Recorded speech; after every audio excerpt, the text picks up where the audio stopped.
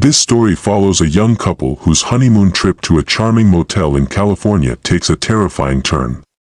Intrigued by the whispers of a tragic love story from the past, they uncover a dark secret that ties them to the motel's sinister legacy.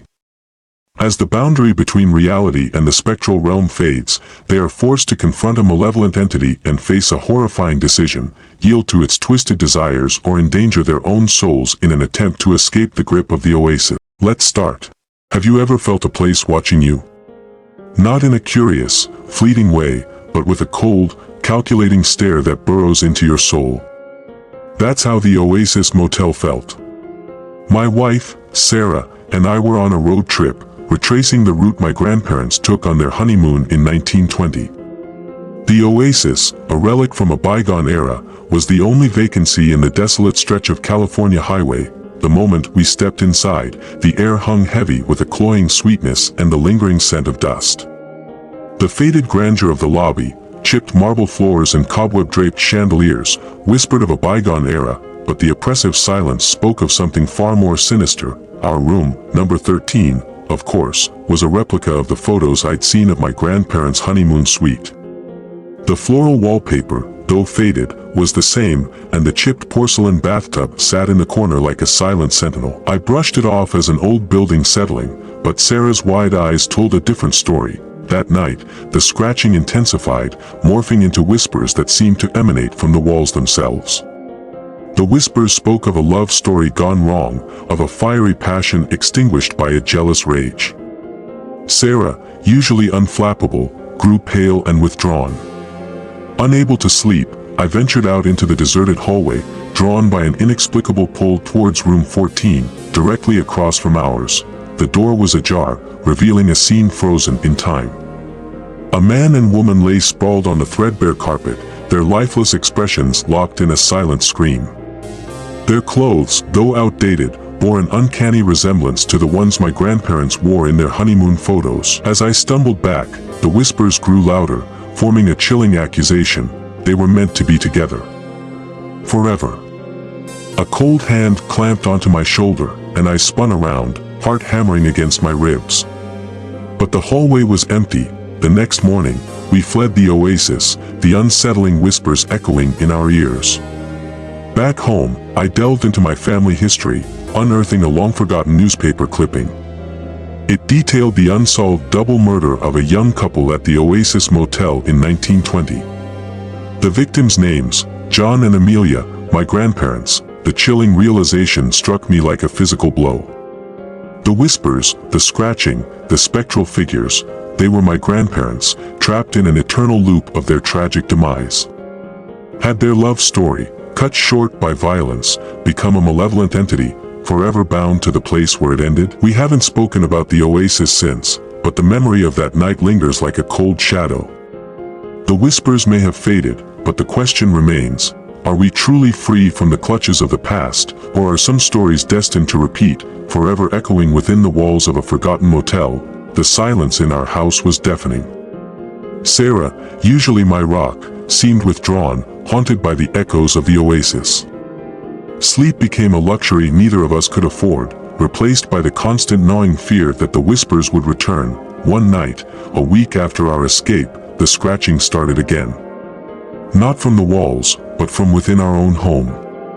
It came from the attic, a place I'd never dared explore, filled with my grandparents' belongings since their untimely demise. Driven by a morbid curiosity and a desperate need for answers, I climbed the creaking attic stairs.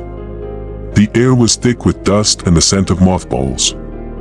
In the dim light, I saw a trunk tucked away in the corner, its brass clasps tarnished with age. With trembling hands, I pried it open. Inside, nestled amongst faded photographs and yellowed letters, lay a blood-stained diary. It belonged to Amelia, my grandmother. Each page was filled with passionate entries detailing her love for John and their forbidden romance. They were from different social circles, their union deemed unacceptable by their families. The final entry, scrawled in a frantic hand, spoke of a planned elopement, a secret rendezvous at the Oasis Motel, but the diary ended abruptly, the last sentence unfinished, a chilling premonition hanging in the air. A blood-curdling scream pierced the silence.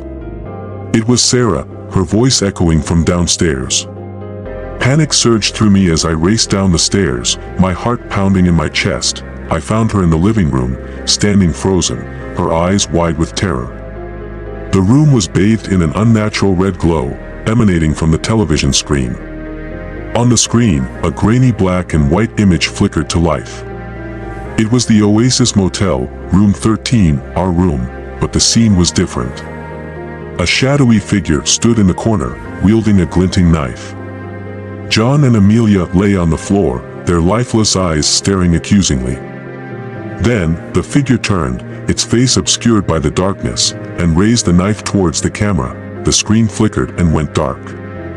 The red glow vanished, leaving us in the oppressive silence of our own home. Sarah collapsed into my arms, sobbing uncontrollably. We never returned to the attic. The diary, its secrets locked within its blood-stained pages, became a constant reminder of the horror we had witnessed. The whispers never returned, but the chilling certainty remained. Our encounter at the Oasis had awakened something dark and malevolent, a force tethered to the past, forever seeking to rewrite its tragic ending.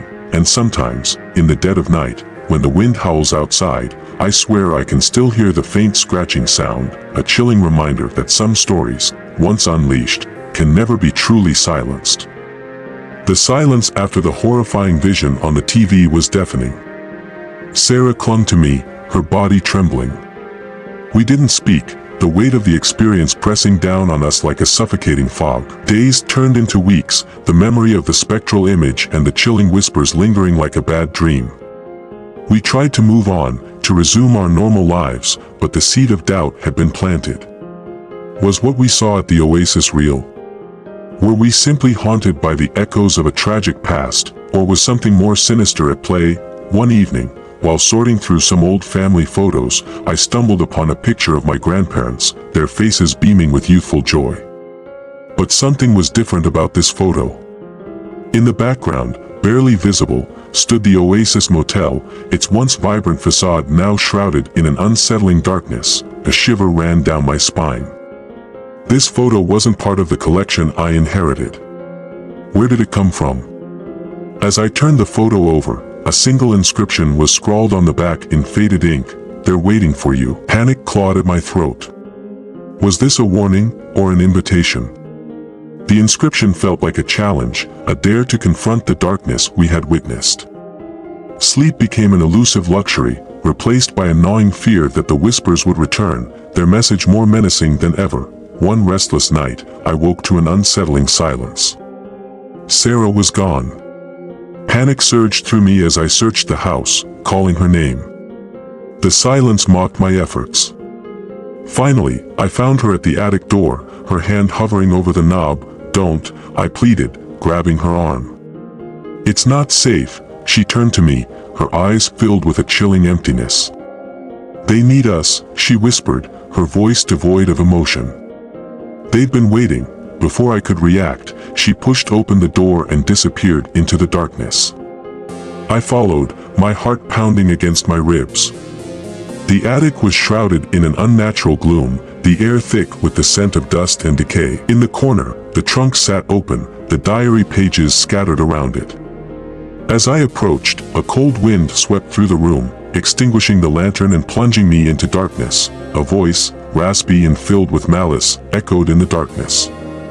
"Finally, you've come." The voice seemed to emanate from everywhere and nowhere at once.